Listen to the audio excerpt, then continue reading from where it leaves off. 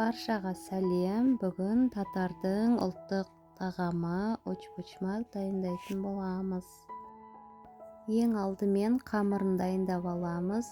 Ол үшін ұнымызға жылы сүт, су, зекер, тұз, дрожж және сұйық майды қосып, қамыр илеп аламыз.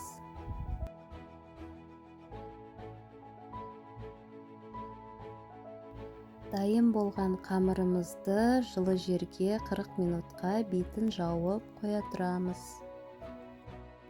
Кейін көтеріліп ашып дайын болған қамырымызды алып бірнеше бөліктерге бөлетін боламыз. Енді салмасына кірісеміз. Фарштың үстіне пияз және де картопты турап қосып, дәміне қарай тұз, бұрышын қосып, жақсылап араластырып аламыз.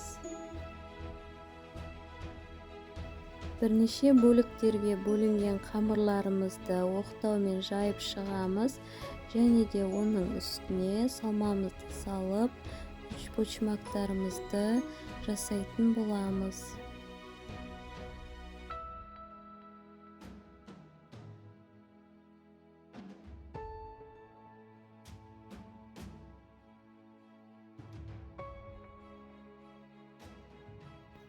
Барлығын жасап болған соң, оның үстіне жұмыртқаның сарысын жағып шығамыз.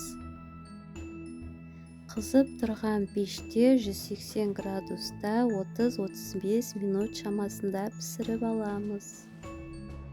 Очпочмактарымыз өте жұмсақ әрі дәмді болып шығады. Жасап көруге кеңес беремін.